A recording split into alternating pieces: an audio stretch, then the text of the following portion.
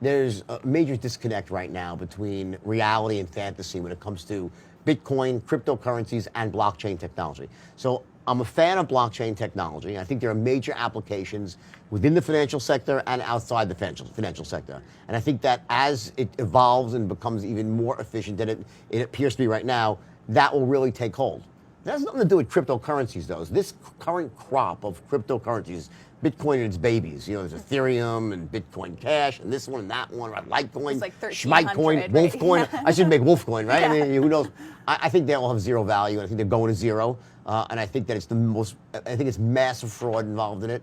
And I think as we're seeing now, it's coming out, with this, Tether, which is essentially like the industry, like it's their dollar. So you're supposed to you use Tether to, like, when you park your money, it's in Tether. Well, they are finding out now that there's probably not, listen, I would say, I know there's not, but you can't, until they come out with the numbers, but I strongly suspect that there's a massive fraud that was instigated there. And it's not just a matter of saying, okay, well, if there's not as much Tether, we have to subtract out $3,000 from Bitcoin. It's not that. It's much worse than that, because what you'll see is that they used Tether to artificially support the market of Bitcoin, thereby dragging in more suckers into the game. It's maintaining the illusion of prosperity, not allowing something to go down that should be going down. And by keeping it up, they bring more people into the game, and that's why they were using Tether. So when Bitcoin should have been crashing, that had going to 16,000. So so when that comes out, I believe the regulators are going to move incredibly swiftly. And you see it happening right now. The first step is that there's been a sort of an industry-wide coordination of all the banks around the world to de-link their system from Bitcoin. Right. That's like step one: isolate the virus. That's what they're doing. And the step two is going to be crush it. And that's my problem with Bitcoin, is I don't think Bitcoin itself is a fraud.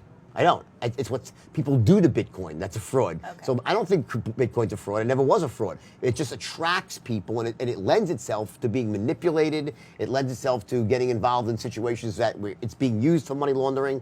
But right now, what's happened, which is sad, is that unfortunately the millennials, who I love, they're my people, but they hate me right now because I'm telling them the truth. They don't want to hear it. I've got hate mail from a lot of them, by the way. Many people that because I came out and said it was at 15,000 sell, and I was right. And I saved these kids, if they would have listened, half their money, right? They hate me for it. They're like, you caused it to go down. This is going to eliminate all the banks from the world. This is the future. I mean, so it's like a religious experience for them. So there's no rhyme or reason. And if you look at a Goldman Sachs, probably the smartest people in the world when it comes to something, what do they say today?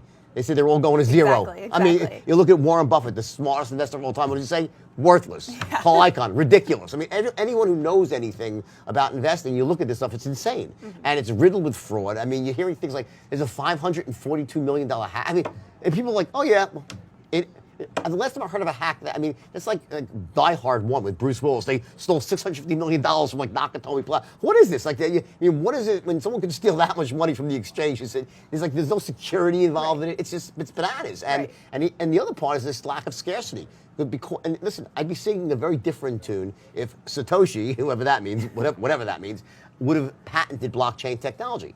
Then it would be different. But he didn't. Okay, or they didn't, okay? And it's open source. Anybody can use it. So when people say to me, but you don't understand blockchain technology, I'm like, and what does that have to do with the price of cryptocurrencies? It doesn't. In fact, it undermines it, because the fact that there is nothing proprietary, anyone can launch one, exactly. And it just dilutes out the whole thing. And I don't think it's a store of value. I mean, store of value, you can't even keep it with someone stealing it from you. How is it a store of value? Yeah. And by the way, if it was really a store of value, when the stock market crashed, Bitcoin would have went up or stabilized like gold. Instead, it went down in lockstep. Okay. And so I just think it's a total sham. So you don't see a future, say, 5 years down the road where we're paying for groceries with Bitcoin? No, I see a future was paying for groceries with cryptocurrency. Okay. Just not any of the ones you see right now. There'll be government-issued cryptocurrencies. Look at it this way, all right?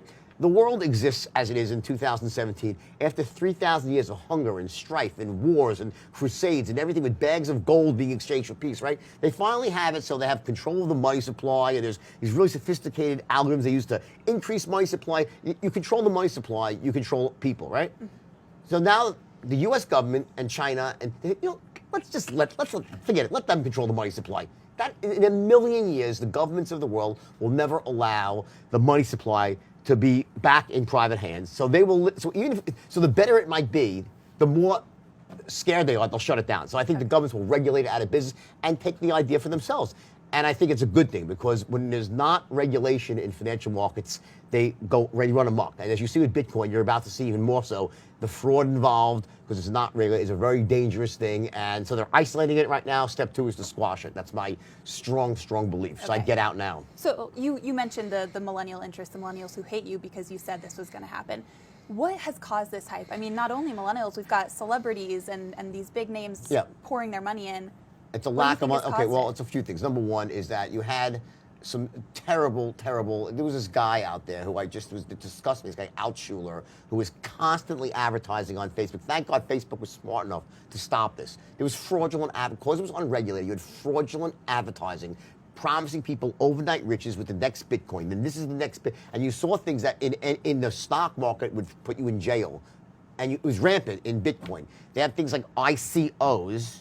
They're IPOs. They're just securities. So you had people issuing unregistered securities. So what happened was, for this, because the SEC is so slow to act, because they're numbskulls, I think, okay? They really do, right? And what they allowed is this huge bubble. So on the way up, all this money was made by just simply a Ponzi scheme.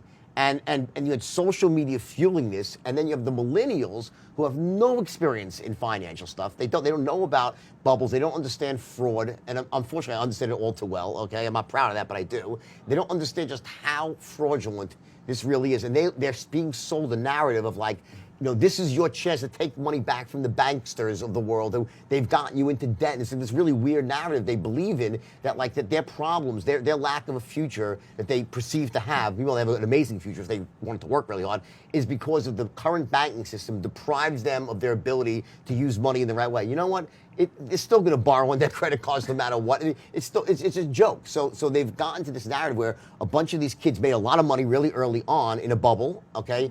And it spread like wildfire through social media. And because the SEC did not regulate this thing soon enough, you had just massive fraudulent advertising going on. The ultimate pyramid scheme, get rich quick using these calls. This is the future. Everything's going to cryptocurrency. They were saying things like, I was saying things, Bitcoin's going to $1 million.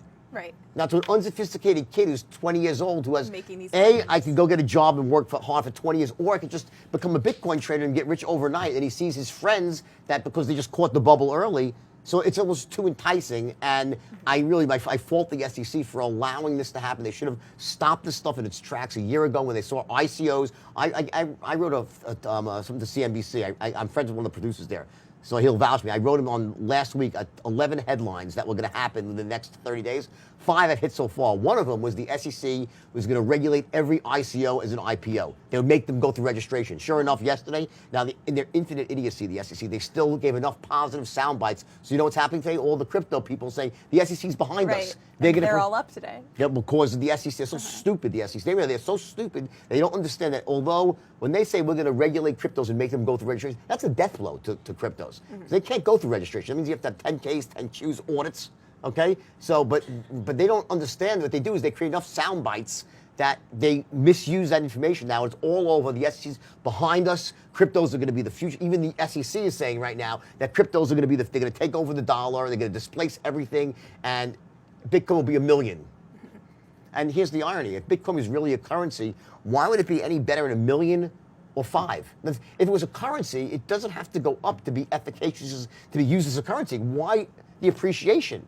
Right. There is no, it's not useful as a currency if it appreciates like that. So it's not a currency. What it is, honestly, it's a gigantic, the guy from the settlement bank said it best. It's a combination of a bubble, a Ponzi scheme, and an economic disaster wrapped up into one.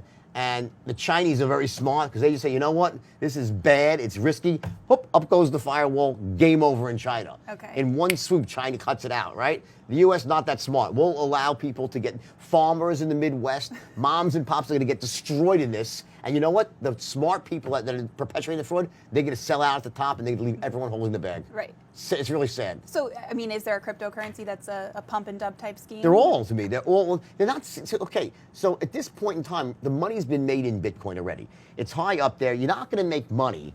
If you're in the middle of the crypto game right now, okay, and you're looking to make money, the guys that are really committing the fraud, the only way to do it is you need to issue a new currency at the bottom and ride it up. So what they'll do, but they need to do that. To keep issuing new cryptos, they have to keep Bitcoin up high enough so people still believe in cryptocurrency. So they create the illusion of prosperity. This is what I did. I'm sad to say. This is what I did at Stratton. You keep the old ones up high enough so people still believe in the overall system, and they launch the next one, and that's where they make their money. So they keep launching new ones because that's how you don't make money on days of Bitcoin making money are over for the scamsters. It's already 60. Where's it going to be now? It's 8,000. It can go up to 10, back to 2. I think it's going to 0 pretty quickly. But besides that, the only way to make money is to create a new supply of some new cryptocurrency, and then by keeping the old ones high enough, people will dump even more money into the new ones, and they make their money on that. Okay. It's pure fraud, and and I feel so because the millennials, these kids they're not breaking the law. They're not trying to commit fraud. They're being taken for a ride right now, and they've been sold a bill of goods. And I hope that I'm trying to wake a lot of them up right now, and they'll hate me now. They're going to love me in a few months from now. Listen, I told them last week to get out at 15,000. And I got a lot of thank you letters that people did sell when it went down to as low as 6,000, right? Yes. And I'm sure that when the crap really hits the fan in the short, and we'll hit, because listen, when Tether's going to get on, it's going to find out that Tether doesn't exist, or it's half of it's missing, and it's just going to, and they're going to come in, the FBI's going to swoop in, the SWAT teams, it's going to be really bad stuff, and you're going to find out that it was even worse than I ever imagined, because that's how these things are. You have an unregulated market where there's no, it attracts the worst people. So all these millennials, they're lovely, I love them. It's not your fault, but there's a lot of really bad people at the center of this thing that are setting you up, and you're going to get caught holding the bed. They call them hodlers. Hold on for dear life until you want to kill yourself, basically. So,